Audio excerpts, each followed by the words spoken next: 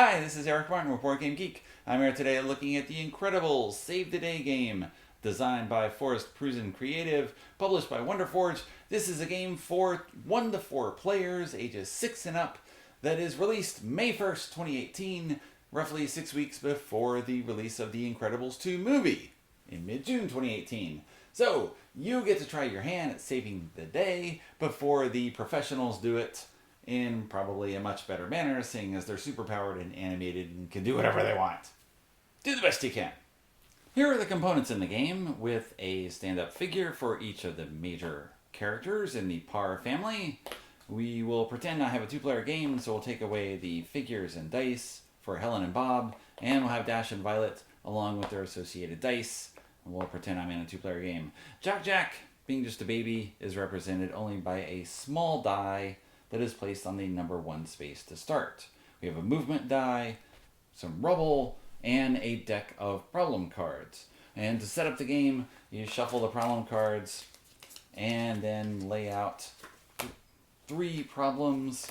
Make sure we have problems. And we reveal those problems on the board. CKD, well, we have letters A to P as we go across the board. And we find C, K, and D and flip them over. And now we will show the ability that we need to solve this problem. Strength here, defense in these 2 cases. Violet, very good at defense. She has 2 of those symbols on her die, along with agility and strength and speed, and a wild that counts for everything. Dash is good at speed, obviously, so he's got 2 of the speed symbols. One odd thing that I've noticed in recent mainstream games is that these figures, or characters, are always called movers. I'm not sure when that started. I sound like an old person when I complain about those things, but I complain about them anyway. I guess you move them, and that's why you call them movers, but why not characters or standees or stand-ups or figures? Something that sounds more active and animated than movers, because naturally when I hear movers, I think of the guys who come to your house and put everything in boxes and cart it away, which is not really something I associate with playing games. At the start of your turn, whether you're going to move your character or not, you roll the die. If you get the red alert signal, which we call Wi-Fi or getting coverage, then you reveal the top card of the deck. If it's another problem, you slide down all these problems here and you flip over this new space. Now you have something else to worry about. We need some agility here to get this cat out of a tree. Helen's not in the game though, but we can still do the job. You look at the number rolled, 5. So Violet can move 5 spaces, can head up to C, where she will specialize in this skill, and roll the die. If she gets that symbol, you flip it face down. Problem solved. You flip the card down as well, while leaving it on the track. Now Dash goes, rolls the die, gets something else. Frozone shows up sometimes, and when he does, he will solve a problem that has one of 2 symbols. If you don't have any of that symbol on the board, he doesn't do anything. He just looks around and waves at you and then leaves. But in this case, the one we just flipped, I. Now taken care of immediately. This card is flipped face down. Dash moves 4 spaces and does not get to do anything else. Violet rolls, moves 4.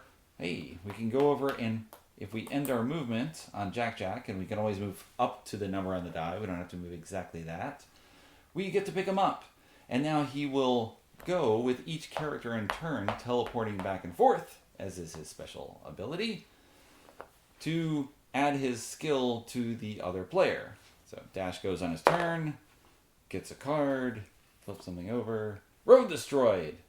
So number 3 gets a rubble. So 3 is up here.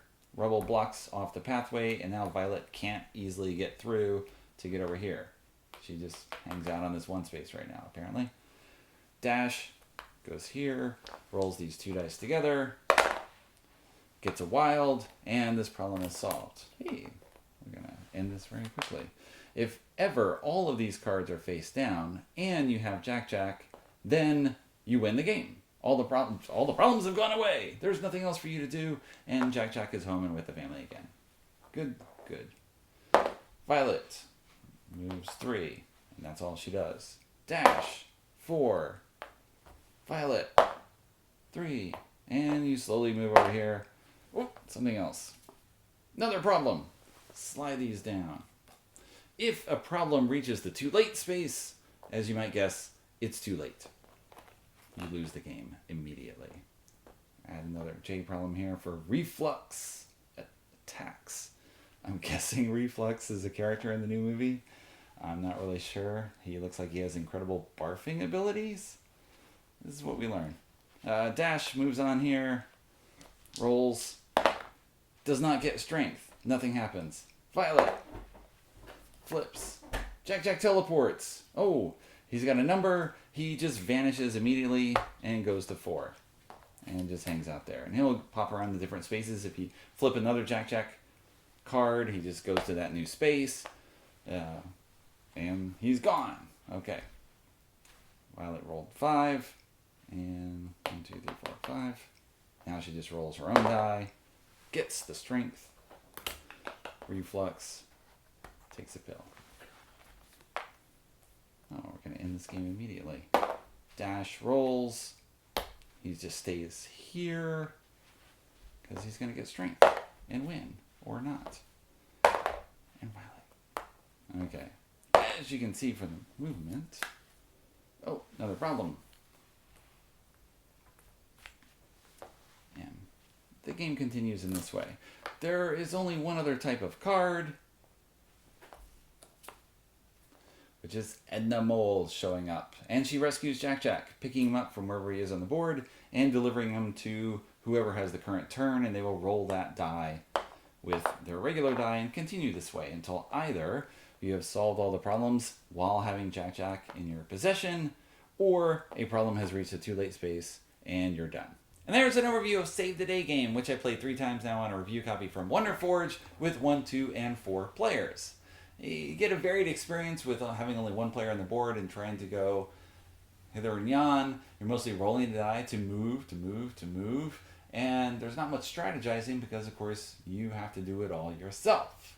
With more players, you can send people around to different places and try to cover areas that haven't come up already, so that if a problem does come up, maybe someone's already in the area, they can take care of things. Now, the dice have wild swinginess in how this game is going to come out. In theory, you could lose in 3 turns by rolling a new problem each turn and solving nothing, and you are done. You can win the game quickly as well. If you don't roll any additional problems, you just make your way over, roll well on the ability dice, problem solved. Go pick up Jack and you're done. This makes sense to have this type of cooperative game for the audience that it's aimed at. Ages 6 and up, this is perfect. It's very much just roll, move, try to do the problem. You have some variability with things moving hither and yon and different events and different places, but it's fairly straightforward, the smooth playing time. I looked in the BTG database. I'm just curious what Incredibles games have come before. And there are 2 of them that I see. One is a weird button-pushing one, which seems kind of random in how things come up. And the other is a competitive game in which you're trying to be the first to get what's needed to beat the Omnidroid, which doesn't make any sense. Why would you have a competitive game for the Incredibles, which is generally regarded as one of the best superhero movies ever made, which of course has you working together as a family. That's kind of the point of the movie. But then you think about the movie coming out in 2004, and cooperative games were not the thing in 2004 that they are today in 2018. And now it makes a lot of sense to have this type of game come onto the market, where you are also having Mallrats in Space and other sort of straightforward cooperative games for a younger audience that are going into mainstream retailers.